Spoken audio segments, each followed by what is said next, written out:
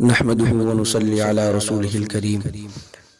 اما بعد فاعوذ بالله من الشيطان الرجيم بسم الله الرحمن الرحيم الشمس والقمر بحسبان صدق الله العظيم۔ محترم سامعین، سورج اور چاند یہ اللہ رب العزت کی قدرت کی نشانیوں میں سے دو بڑی نشانیاں ہیں جو اللہ کے مقرر کردہ حساب کے تحت طلوع اور غروب کے نظام میں جکڑے ہوئے ہیں، اور اسی مقرر کردہ حساب کی ایک کڑی یہ بھی ہے کہ ان دونوں کو مختلف اوقات میں گرہن لگتا ہے اور اس وقت یہ دونوں بے نور ہو جاتے ہیں۔ ماہرین فلکیات کے مطابق مورخہ 26 دسمبر 2019 بروز جمعرات کو سورج گرہن لگے گا اور پاکستان کے تمام جنوبی علاقے کے لوگ 20 سال بعد مکمل سورج گرہن دیکھیں گے۔ آخری بار ایسا 11 اگست 1999 کو ہوا تھا۔ سورج گرہن کے بارے میں دور نبوت میں مشرکین مکہ کا یہ عقیدہ تھا کہ جب کسی بڑی شخصیت کی موت واقع ہوتی تو سورج اور چاند کو گرہن لگتا۔ چنانچہ بخاری شریف میں حضرت ابو بکر رضی اللہ تعالیٰ عنہ سے مروی ہے، خسفت الشمس على عهد رسول الله صلی اللہ علیہ وسلم فقال ان الشمس والقمر آیتان من آیات اللہ وانہما لا یخسفان لموت احد، کہ نبی کریم صلی اللہ علیہ وسلم کے صاحبزادے حضرت ابراہیم کا جب انتقال ہوا تو مشرکین مکہ نے یہ کہنا مشہور کر دیا کہ ان کی موت کی وجہ سے سورج کو گرہن لگا ہے۔ تو اس موقع پر ہمارے پیارے پیغمبر صلی اللہ علیہ وسلم نے فرمایا کہ سورج اور چاند اللہ تعالیٰ کی قدرت کی نشانیوں میں سے دو بڑی نشانیاں ہیں، ان کو گرہن کسی کی موت کی وجہ سے نہیں لگتا۔ ایک دوسری حدیث نسائی شریف میں حضرت نعمان ابن بشیر رضی اللہ تعالیٰ عنہ سے مروی ہے کہ اللہ کے رسول صلی اللہ علیہ وسلم کے زمانہ مبارک میں جب ایک مرتبہ سورج گرہن ہوا تو آپ صلی اللہ علیہ وسلم نے فرمایا کہ لوگوں نے یہ نظریہ بنا لیا ہے کہ سورج اور چاند کو گرہن اس لیے لگتا ہے کہ عظیم الشان شخصیات میں سے کسی کی موت واقع ہوتی ہے، حالانکہ یہ نظریہ حقیقت کے بالکل خلاف ہے۔ سورج اور چاند کو گرہن کسی کی موت کی وجہ سے نہیں لگتا، یہ دونوں تو اللہ تعالیٰ کی قدرت کی نشانیوں میں سے بڑی نشانیاں ہیں۔ محترم سامعین، زمانہ جاہلیت کی طرح دور حاضر کے لوگوں میں بھی سورج گرہن سے متعلق کچھ باطل عقائد پائے جاتے ہیں۔ مثلا حاملہ عورت اگر سورج گرہن یا چاند گرہن کی طرف دیکھے تو اس کے بچے کو نقصان پہنچے گا اور وہ بچہ اندھا پیدا ہوگا، یا اسی طرح چاند گرہن کی وجہ سے حمل کے گرنے کا خطرہ ہوتا ہے، اس لیے حاملہ عورت کو گھر سے نہیں نکلنا چاہیے، یا سورج گرہن کے وقت چھری سے کوئی کام نہیں کرنا چاہیے اور نہ ہی اس وقت کوئی کھانا وغیرہ پکانا چاہیے۔ ان تمام باطل عقائد کی جڑ اور بنیاد ہندو مذہب ہے،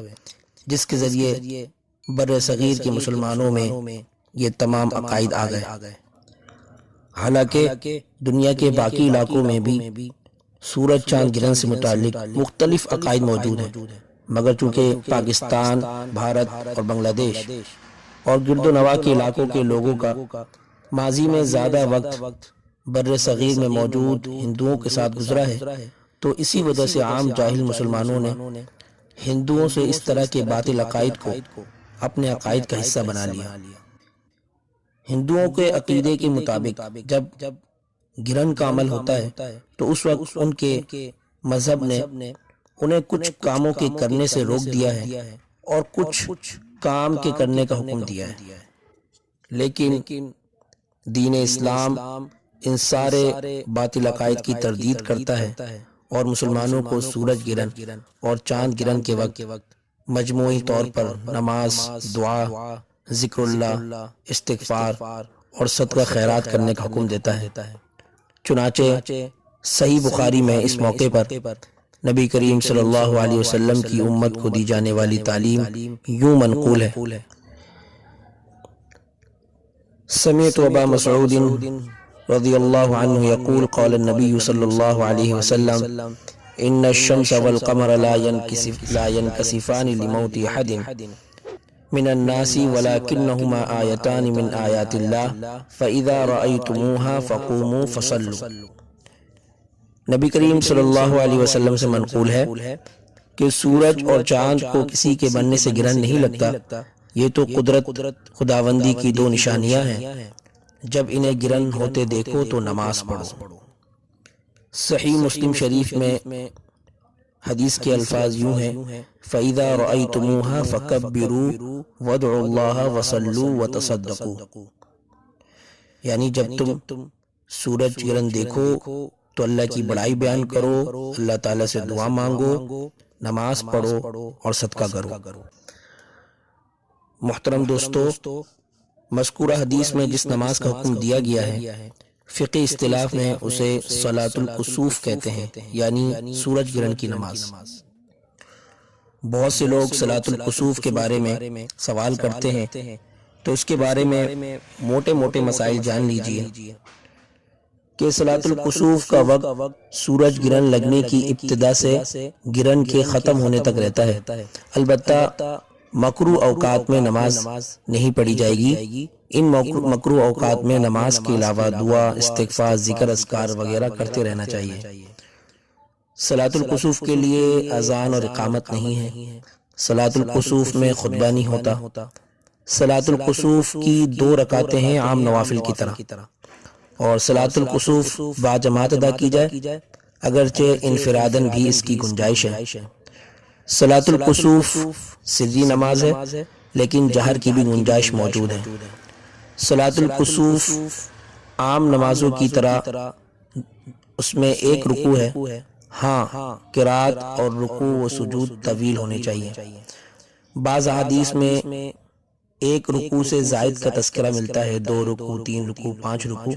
تو وہ آپ صلی اللہ علیہ وسلم کی خصوصیت تھی۔ محترم دوستو، آج سے 2-3 دن بعد جب سورج گرہن ہوگا تو صلاۃ الکسوف ادا کرنے کا خصوصی اہتمام کریں، اور موبائل، انٹرنیٹ اور ٹی وی میں فضول نشریات دیکھنے کے بجائے اپنا زیادہ تر وقت ذکر اللہ، استغفار اور توبہ کرنے میں گزاریں۔ اللہ تعالیٰ سے دعا ہے کہ اللہ تعالیٰ ہم سب کو صراط مستقیم پر چلنے کی توفیق عطا فرمائے۔ دعاؤں میں یاد رکھیں عبدالسلام سکندر۔